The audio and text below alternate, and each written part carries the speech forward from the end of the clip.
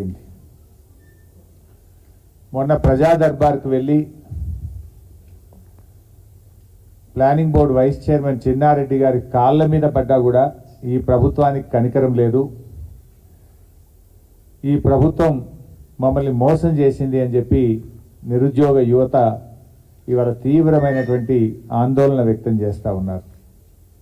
అంటే ఈ ప్రభుత్వం తీరు ఎట్లా ఉందంటే ఓడదాటేదాకా ఓడమల్లప్ప, ఓడదాటినాక బోడమల్లప్ప వ్యవహారంలాగా ఈరోజు రాష్ట్రంలోని కాంగ్రెస్ ప్రభుత్వ వ్యవహార తీరు శైలి ఉన్నది. అంటే ఆ రోజు ప్రతిపక్షంలో ఉన్నప్పుడు నిరుద్యోగ యువతకు అనేక హామీలు ఇచ్చారు, అనేక మాటలు చెప్పారు, వాళ్ళందరినీ రోడ్ల మీదకి తెచ్చారు, వాళ్ళని రెచ్చగొట్టి రాజకీయంగా లబ్ధి పొందారు. సంతోషం. మరి అధికారంలోకి వచ్చినప్పుడు వాళ్లకు ఆ రోజు ఏ మాటలైతే ఇచ్చారో ఆ మాటల్ని నెరవేర్చాల్సినటువంటి బాధ్యత ఇవాళ కాంగ్రెస్ పార్టీ మీద, ప్రభుత్వం మీద ఉన్నది. ఇవాళ ప్రజా దర్బారుకు వెళ్ళి కాళ్ళ మీద పడ్డ కనికరం లేని ప్రభుత్వానికి మరి తప్పకుండా రాబోయే రోజుల్లో తగిన గుణపాఠం కూడా చెప్తారు.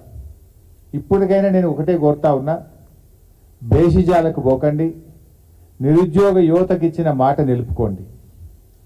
ఈరోజు వాళ్ళు ఇచ్చిన ఇది దరఖాస్తు మా పార్టీ కార్యాలయానికి వచ్చి గ్రూప్ 1 ఉద్యోగులు ఇచ్చినటువంటి దరఖాస్తు, ఇది గ్రూప్ 2, గ్రూప్ 3 పరీక్ష రాస్తున్నటువంటి నిరుద్యోగ యువతి యువకులు ఇచ్చినటువంటి దరఖాస్తు. ఇవాళ వాళ్ళు 2-3 విషయాలు స్పష్టంగా చెప్తా ఉన్నారు.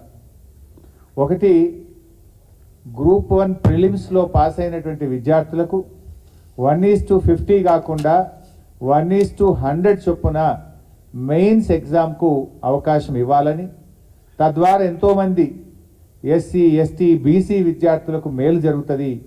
1:100 చొప్పున మరి మెయిన్స్ పరీక్షలకు అనుమతి ఇవ్వాలని చెప్పి ఈరోజు బీఆర్ఎస్ పార్టీ ఈ రాష్ట్రంలోని గ్రూప్ 1 పరీక్ష రాసిన విద్యార్థుల పక్షాన్ని డిమాండ్ చేస్తూ ఉంది.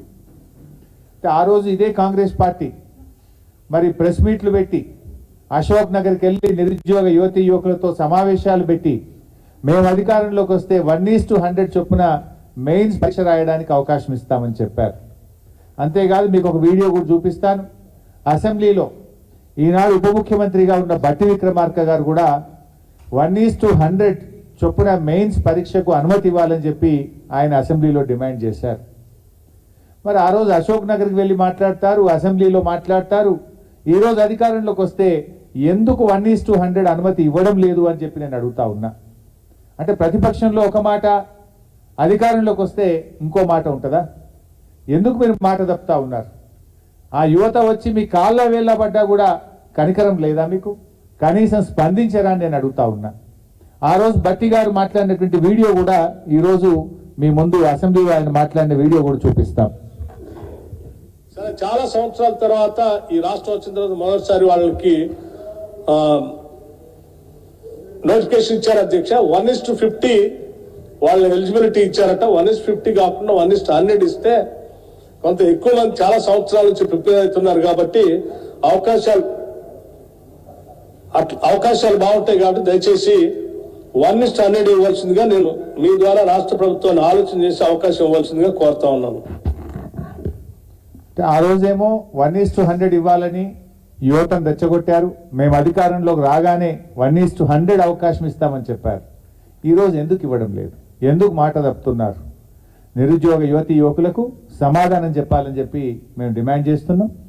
రెండవది, ఈరోజు వాళ్ళు ఇంకొక బ్యాచ్ కూడా గ్రూప్ 2, గ్రూప్ 3 ఉద్యోగాలకు సంబంధించి కూడా బీఆర్ఎస్ పార్టీకి దరఖాస్తు ఇచ్చారు. ముఖ్యంగా దీంట్లో ఆ రోజు అశోక్ నగర్కి వెళ్ళి గ్రూప్ 2 ఉద్యోగాలు అప్పటి బీఆర్ఎస్ ప్రభుత్వం తక్కువగా నోటిఫై చేసింది. గ్రూప్ 3 ఉద్యోగాలు చాలా తక్కువగా నోటిఫై చేశారు. రాష్ట్రంలో చాలా ఖాళీలు ఉన్నాయి. మేము అధికారంలోకి వస్తే గ్రూప్ 2లో మరో 2000 ఉద్యోగాలు అదనంగా కలిపి పరీక్ష పెడతామన్నారు. గ్రూప్ 3లో మరో 3000 ఉద్యోగాలు అదనంగా కలిపి పరీక్షలు పెడతామని చెప్పి ఆ రోజు హామీ ఇచ్చారు.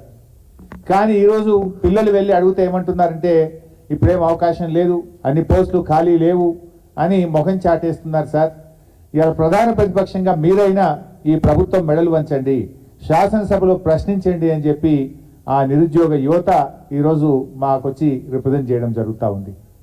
నేను అందువల్ల కాంగ్రెస్ ప్రభుత్వాన్ని డిమాండ్ చేస్తా ఉన్నా, ఆ రోజు మీరు ఇచ్చిన హామీకి అనుగుణంగా గ్రూప్ 2కు మరో 2000 ఉద్యోగాలు జోడించాలని, గ్రూప్ 3కి మరో 3000 ఉద్యోగాలు జోడించి ఈ పరీక్ష నిర్వహించి నిరుద్యోగ యువతి యువకులకు ఇచ్చిన మాట నిలబెట్టుకోవాలని చెప్పి నేను కాంగ్రెస్ పార్టీని ప్రభుత్వాన్ని డిమాండ్ చేస్తా ఉన్నా. ఇక మూడో అంశం, ఎగ్జామ్కు